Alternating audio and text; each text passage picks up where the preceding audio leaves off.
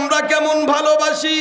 আমরা সকালবেলা আল্লাহর নাম নেই, বিকালবেলা ব্যবসায় যদি লস হয় আল্লাহকে ভুলে যাই।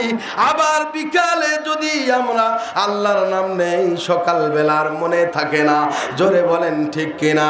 যদি বাস্তব প্রমাণ করতে হয়, দেখেন এই যে পূজা চলে গেল, পূজা হিন্দুদের দিয়া সাটে না যতক্ষণ পর্যন্ত ওই পূজা মণ্ডপে মুসলমান না যায়। হিন্দুদের পূজাই তো ঠিক হয় না যতক্ষণ পর্যন্ত মুসলমানরা সেখানে না যায়। পূজাই কাজই জোটে না, সাটে না যতক্ষণ পর্যন্ত মুসলমানেরা না যায়। কথা বলেন ঠিক কিনা?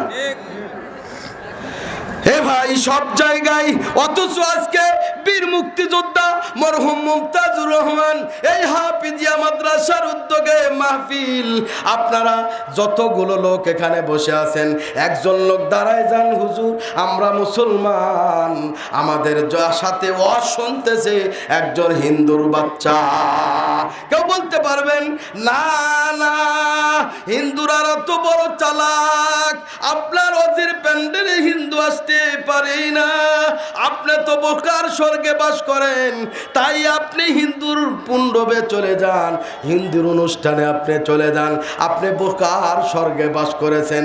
হিন্দু এত বড় বোকা না, হিন্দু জানে আমরা তাদের মাহফিলে না গেলেও তারা আমার কাছে আসবে, কারণ ঈমান নষ্ট করার একমাত্র হাতিয়ার হলো হিন্দুর পূজা মুসলমানের জন্য। হিন্দুদের পূজা হিন্দুরা করবে, করতে পারে, করুক, সমস্যা নাই, কিন্তু যতক্ষণ পর্যন্ত মুসলমান না যায় ততক্ষণ তাদের অনুষ্ঠান ভালো হয় না, অনুষ্ঠান সাটে না। আছে না নাই? এই আয়াতের ভিতরে, এই আয়াতেরই আলোচনা করতেছিলাম। আর একটা পরীক্ষা কিন্তু করেছিল। কি পরীক্ষা করেছিল? ইব্রাহিম খলিলুল্লাহ আগুনের মধ্যে নিক্ষেপ করবে, 4 কিলোমিটার ধরে আগুন স্তব্ধ করে উচ্চারিত করেছে, আগুন প্রজ্বালিত করে দিয়েছে। ইব্রাহিম খলিলুল্লাহকে আগুনের মধ্যে ফালাইবে, আল্লাহর হুকুমে জিবরাইলকে ডাক দিয়ে কই, রে জিবরাইল তাড়াতাড়ি করে যা, ওই যে আমার বন্ধু ইব্রাহিম খলিলুল্লাহকে আগুনের মধ্যে ছেড়ে দিবে রে, আমি আল্লাহ আরশের মালিক সহ্য করতে পারি না। জিবরাইল, আমার ইব্রাহিম আমাকে এতই ভালোবাসি রে, এত মহব্বত করে, যা একটু পরীক্ষা কর, সাহায্য করার জন্য কিছু বলো। এইবার জিবরাইল এসে বলে, ও আল্লাহর বন্ধু ইব্রাহিম খলিলুল্লাহ, ওই যে দেখেন না একটা আগুনের স্তব্ধ করা হয়েছে, স্তূপ করা হয়েছে, কুণ্ডুপ সাজিয়েছে, গর্গ সেখানে প্রজ্বালিত করা হয়েছে, আপনাকে ওই আগুনের মধ্যে ছেড়ে দেওয়া হবে।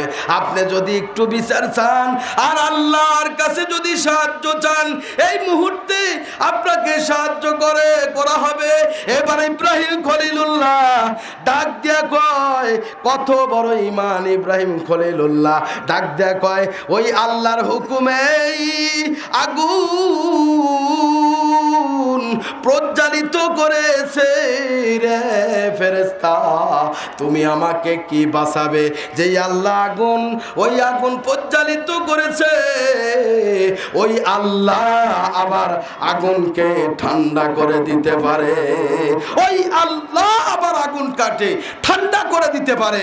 আল্লাহ যদি না চায় আমার এক বিন্দু একটা পশম পর্যন্ত পড়তে পারে না, যতক্ষণ পর্যন্ত আমি আল্লাহর আছি, আল্লাহ আমার আছে, আল্লাহর পক্ষে আমি মৃত্যুর আগ পর্যন্ত থাকবো।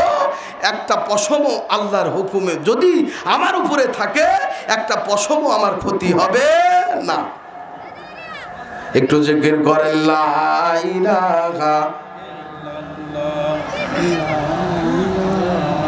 ইল্লাল্লাহ, লা ইলাহা ইল্লাল্লাহ, আরো জোরে লা ইলাহা ইল্লাল্লাহ, লা ইলাহা ইল্লাল্লাহ, লা ইলাহা ইল্লাল্লাহ, লা ইলাহা ইল্লাল্লাহ। ভালোবাসার কথা আল্লাহ বলেন, ইন্নাল্লাযীনা ক্বালু রাব্বুনাল্লাহ সুম্মা ইসতাকামু তাতানাজ্জালু আলাইহিমুল মালায়েকা। আল্লাহর ফেরেশতা দিয়া তাদের সাহায্য করবে। ও সোনার ভাই, আল্লাহর ফেরেশতাদের দিয়া তাদেরকে সাহায্য করবে। আল্লাহ আগুনকে ডাক দিয়া কয়, এ আগুন রে,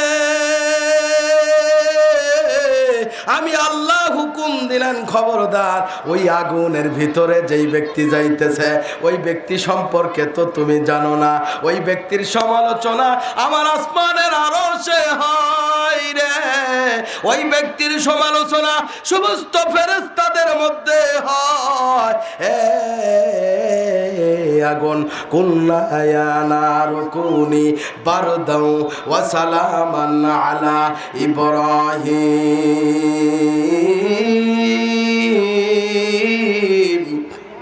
আগুন না গরম হয়ে যা, না ঠান্ডা হয়ে যা, একেবারে শান্তিদায়ক হয়ে যা।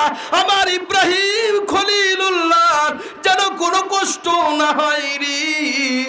ও আগুন, তোকে ঘোষণা দিলাম, ঠিক ইব্রাহিম খলিলুল্লাহর জন্য আগুন ঠান্ডা না গরম, এমন শান্তিদায়ক হয়ে গেছে। ইব্রাহিম খলিলুল্লাহ ডাক দিয়ে কয়, জানুনি আমি যখন আগুনের মধ্যে গেলাম রে, আগুনের মধ্যে যায় দেখি ওইটা আগুনের স্তূপ নয়, আমি ইব্রাহিম খলিলুল্লাহর জন্য আগুনের ভিতরে আল্লাহ জান্নাতি শান্তি দিয়া রেখে দিয়েছে।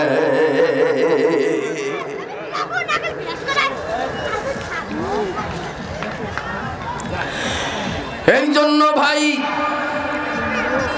হাঁটা চলা, কথাবার্তা, ক্ষেত খামারে, ব্যবসা বাণিজ্যের ভিতরে সব সময় যদি কোনো বান্দা আল্লাহর নাম স্মরণ করে রে, ওই ব্যবসা বাণিজ্যের ভিতরে, ক্ষেত খামারের ভিতরে আল্লাহ স্বয়ং বরকত দিবেন। শুধু আল্লাহ বরকত দিবেন তা নয়, আল্লাহ বলেন যেই কাজের ভিতরে আমি আল্লাহর স্মরণ থাকি, আমি আমার ফেরেশতা দিয়া ওই কাজটাকে হাসিল করার জন্য অগণিত নিয়ামত রহমত আমি জমিনের ভিতরে নাজিল করতে থাকি।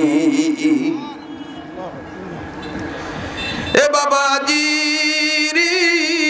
কারণ আমরা এমন একটা নবী এ পৃথিবীর ভিতরে আগমন করেছে, আমাদের আখেরি নবী মুহাম্মদুর রাসূলুল্লাহ সাল্লাল্লাহু আলাইহি ওয়াসাল্লাম। উনি যখন আল্লাহর দাওয়াত দিতেন, মানুষের কানে কানে ধারে ধারে যখন পৌঁছায় দিতেন, অনেকেই এই দাওয়াতটা গ্রহণ করে ঈমান নিয়ে পাক্কা ঈমানদার হয়ে কবরে গিয়েছি। এ বাবাজি গো, হযরতে আবু বকর সিদ্দিক, হযরতে ওমরের ইতিহাস তাকান, আপনি খব্বাব রাদিয়াল্লাহু তাআলা আনহুর দিকে তাকান।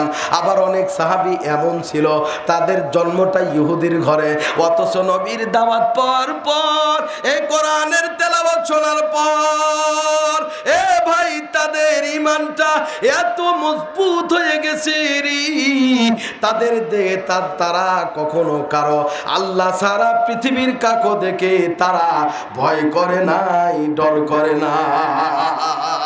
আল্লাহ তাদের সাহায্য করেছেন। হযরতে আবু বকর সিদ্দিকের দিকে তাকান, হযরতে ওমরে ফারুকের দিকে তাকান, জীবন ধর সে মানুষের অন্যায়, অত্যাচার, জুলুম, নির্যাতন মানুষের উপরে করেছে, অথচ নবীর স্পর্শ যখন পেয়েছে, নবীর হাতে কালেমা যখন গ্রহণ করেছে, তখন হযরতে ওমরে ফারুক রাদিয়াল্লাহু তাআলা আনহু সবগুলো অন্যায়, জুলুম ত্যাগ করে, অস্বীকার করে উনি একজন আল্লাহ ভীরু, নবী ভীরু, এখন আল্লাহ একটা ভক্ত মুরিদ হয়ে গেলেন। এমন একটা অবস্থায় স্থান সম্মান লাভ করলেন, যেখানে হযরতে উমরে ফারুক রাদিয়াল্লাহু তাআলা আনহু একটা ইশারায় অর্ধ জাহান শাসন করতেন, এমন সম্মানিত ব্যক্তি হয়েছেন। বিশ্বাস করেন, আজকেও যদি আমরা তওবার কালেমা তওবা যদি আমরা পড়তে পারি আর সরাসরি আল্লাহর কাছে যদি তওবা ইস্তেগফার করতে পারি, জীবনে আর কোনোদিন অন্যায় করব না। আমরা দুনিয়াতেও সম্মান পাবো, কবরেও সম্মান পাবো, হাসরেও সম্মান পাবো। আল্লাহ পাক মাহশরের দিন আল্লাহ পাক আমার আপনার আমলনামা ভারী এবং ওজন করে আল্লাহ জান্নাতের মেহমান বানায় দিবে।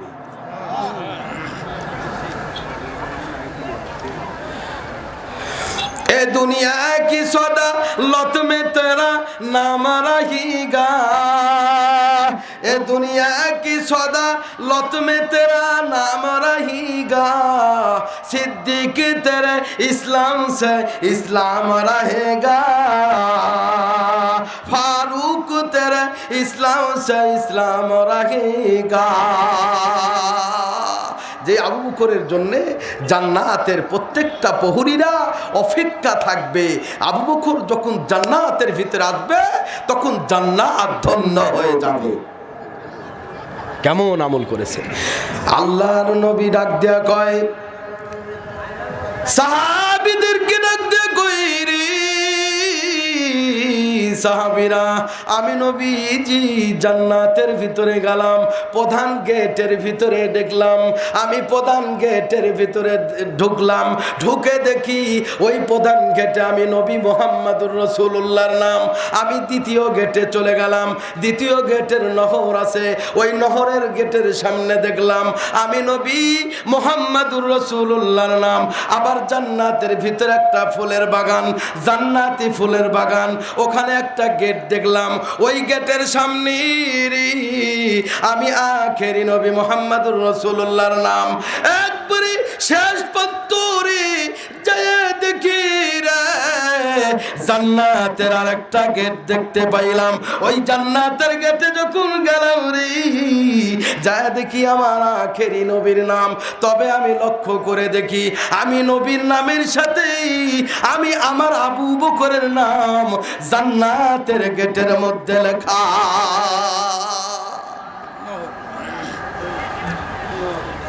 আবু বকর বাস্তব জীবনে আমল করে নিজের